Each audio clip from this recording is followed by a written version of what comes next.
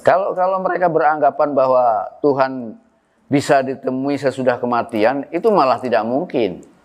Karena dalam kematian tidak ada apa-apa. Kematian itu hanya istirahat saja. Istirahat ya? Istirahat sama dengan tidur. Ya, yang ini pengagumnya Muhammad, pengagumnya Nabi Muhammad nomor 1. Hyang. Iya, tapi Hyang bukan pengikutnya Muhammad. Hyang bukan pengikutnya Muhammad. Hyang bukan pengikutnya Muhammad.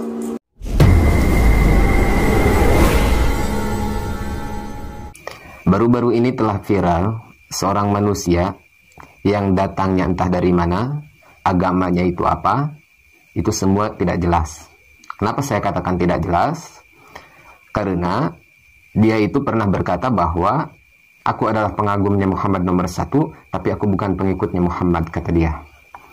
Lantas kalau dia mengaku bahwa dia itu bukan pengikutnya Muhammad Sallallahu Alaihi Wasallam, berarti dia bukan umatnya Muhammad Sallallahu Alaihi Wasallam atau bukan Islam. Karena yang namanya pengikut Nabi kita, yang namanya pengikut Nabi Muhammad Sallallahu Alaihi Wasallam itu adalah umatnya. Berarti dia tidak mengakui bahwa dia itu adalah umatnya baginda Rasulullah Sallallahu Alaihi Wasallam. Tapi yang aneh, orang ini berkata seperti itu, masih saja banyak orang yang mengaguminya, bahkan tidak sedikit orang-orang muslim, muslimat yang percaya dengan kata-kata dia seperti itu. Baik para dulur sadaya, di sini saya akan menanggapi statement-statement yang dia lontarkan, bahwa kata dia, kalau kita bersyahadah kepada Allah Subhanahu wa Ta'ala dan kepada baginda Rasulullah Sallallahu Alaihi Wasallam, kita itu harus benar-benar menyaksikannya. Betulan Hyang, dari agama yang Diva anut sekarang, syahadat ini adalah syarat yang paling utama untuk seseorang memeluk agama Islam. Agama Islam. Benar begitu ya Hyang ya?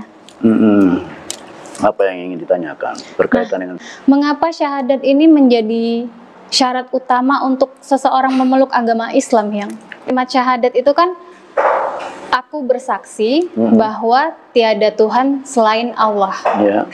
Kata-kata bersaksi itu kan berarti kita harus menyaksikan kan ya, menyaksikan. Betul. Sedangkan pengalaman Diva selama ini hanya sekedar mengucapkan aja. Mengucapkan syahadat. Iya, tanpa menyaksikan apa-apa kan yang gitu. Kata-kata menyaksikan bahwa aku bersaksi tiada Tuhan selain Allah. Dan Muhammad adalah utusan Allah. Berarti kan kita bisa menyaksikan itu yang. Betul. Gitu ya yang. Iya. Nah, bagaimana caranya bersyahadat yang sebenarnya, Yang?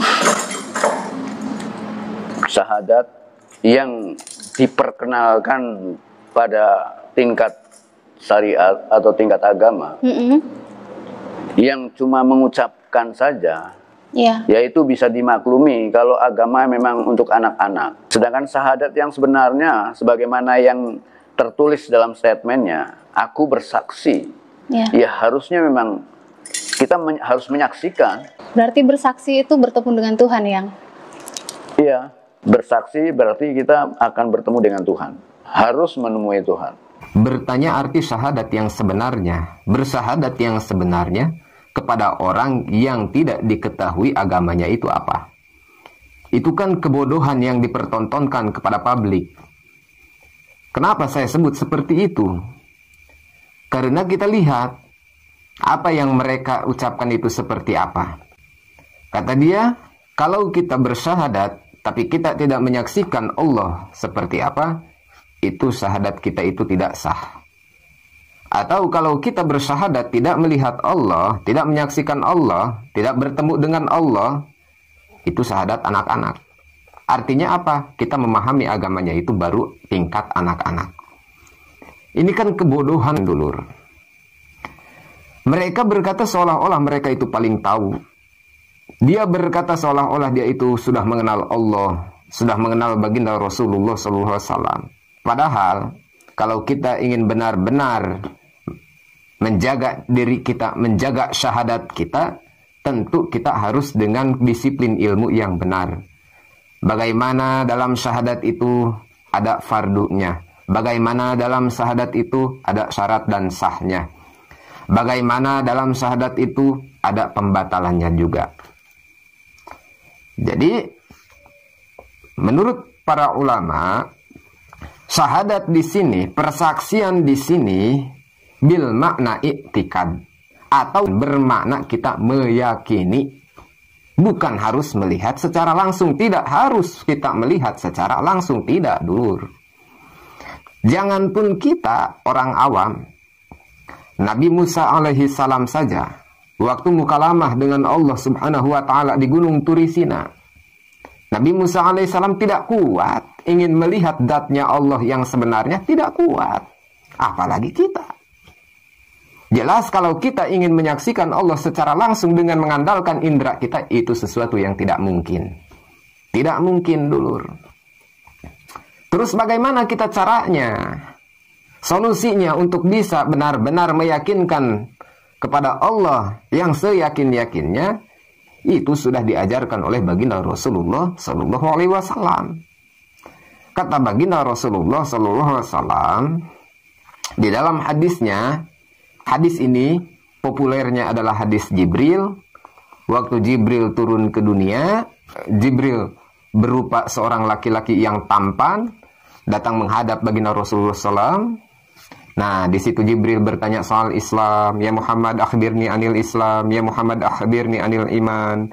Nah, di sini, ya Muhammad, akhbirni anil ihsan. Ya Muhammad, tolong beritahu aku apa itu ihsan.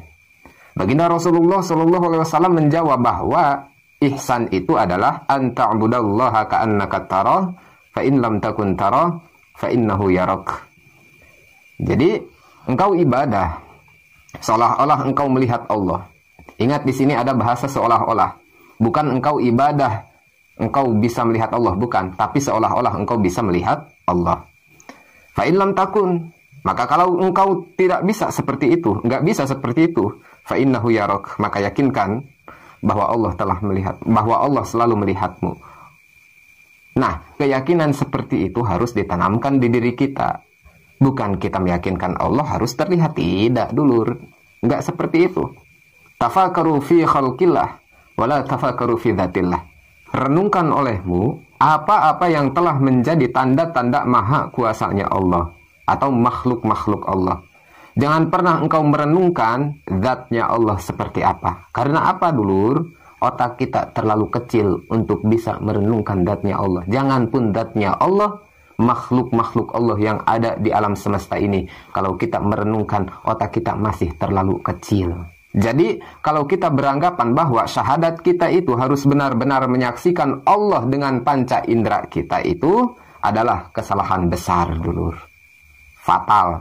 Hidup ini kita untuk menyaksikan adanya Tuhan. Harus menyaksikan adanya Tuhan. Iya, begitu ya Yang. Iya. Berarti Diva nih termasuk beruntung bisa dapat pencerahan dari Yang. Nah, Diva itu dari kecil kan sudah terdoktrin bahwa kayaknya kita nggak mungkin dong ketemu sama Tuhan. Ya mungkin sekali. Kalau mereka beranggapan bahwa Tuhan bisa ditemui sesudah kematian, itu malah tidak mungkin. Karena dalam kematian tidak ada apa-apa. Nah, kematian itu hanya istirahat saja. Istirahat ya? Istirahat sama dengan tidur. Tujuan kita hidup di alam dunia ini adalah untuk mengabdikan diri sebagai hamba kepada Sang Khalik.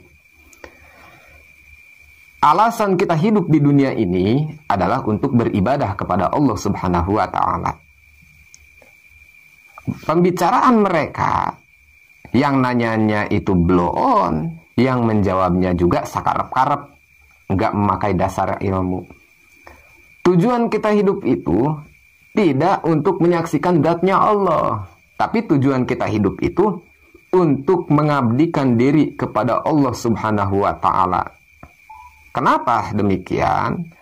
Karena ketika kita mati atau meninggal, disitulah kita akan dimintai pertanggungjawaban apa saja yang telah kita kerjakan selama kita hidup di dunia ini. Dia berkata bahwa untuk menyaksikan Allah itu harus benar-benar dalam keadaan hidup. Karena apa? Kalau kita sudah mati, ya mati saja. Mati itu adalah istirahat. Nggak ada bedanya dengan kita tidur. Narasi seperti ini adalah penistaan agama, dulur. Penistaan akidah ini. Karena yang kita yakini selama ini adalah ketika kita mati, itu kita berpindah alam. Dari yang tadinya kita hidup di dunia, maka kita berpindah hiduplah kita di alam barzah atau alam kubur. Disitulah kita akan dimintai pertanggungjawaban, dulur. Baginda Rasulullah SAW sudah bersabda di dalam hadisnya, al-qabru raudhatun min riyadil jannah au hufratun min hufarin nar. Kuburan itu adalah taman dari sekian taman-taman surga atau jurang dari sekian jurang-jurangnya neraka. Tapi dia berkata bahwa kalau kita sudah mati, ya mati saja, istirahat katanya. Nggak ada bedanya dengan tidur. Itu kan otak di mana? Otak. Ya, kalau dia berkata seperti itu kita bisa memaklumin ya. Kita bisa memaklumin sih, karena apa? Dia itu bukan pengikutnya Muhammad SAW. Tapi yang disayangkan, kita lihat di kolom komentarnya, berapa banyak umat muslim, umat baginda Rasul yang telah mengagumi perkataan orang ini tadi. Ya Allah, ya Karim. Bahkan bukan hanya baginda Rasul saja yang berkata demikian melalui hadisnya. Kita lihat makalah ulama. Kata ulama di dalam syairnya, al-mautu ya'ti baghtatan wal qabru sundukul amal. Yang namanya mati itu sifatnya mendadak, mengagetkan. Sedangkan kuburan adalah petiknya amal. Artinya apa? Segala sesuatu yang telah kita kerjakan di dunia ini, baik yang baik maupun yang buruk, itu akan terlihat oleh kita, akan dimintai pertanggungjawabannya oleh Allah Subhanahu wa Ta'ala, dan akan memberatkan kita kalau kita mempunyai amal buruk, dan akan membawa keselamatan kita kalau kita mempunyai amal bagus. Bahkan bukan hanya itu saja, dulur. Yang menjadi keyakinan kita selama ini dalam hidup beragama, kita meyakini bahwa ketika kita berada di alam barzah, di alam kubur, kita akan ditanyai oleh malaikat munkar dan nakir. Yang pertama, malaikat munkar dan nakir ketika menanyai kita, mereka bertanya, man rabbuka? Siapa Tuhanmu? Wa ma nabiyuka? Siapa nabimu? Wa ma dinuka? Apa agamamu? Wa ma kiblatuka? Dan seterusnya dan seterusnya. Kalau dia membangun narasi bahwa kalau kita sudah mati ya mati saja, lantas hadis dan keterangan ini mau dibawa kemana oleh kita? Keyakinan yang selama ini tertancap di diri kita mau dihilangkan begitu saja oleh kita? Tentu tidak, dulur. Makanya hati-hati. Di zaman yang seperti ini, banyak sekali kebodohan-kebodohan yang dipertontonkan dan dipublikasikan. Dan anehnya lagi, pembodohan-pembodohan yang telah tersebar luas di negara kita ini, masih saja banyak yang mengikutinya. Hati-hati.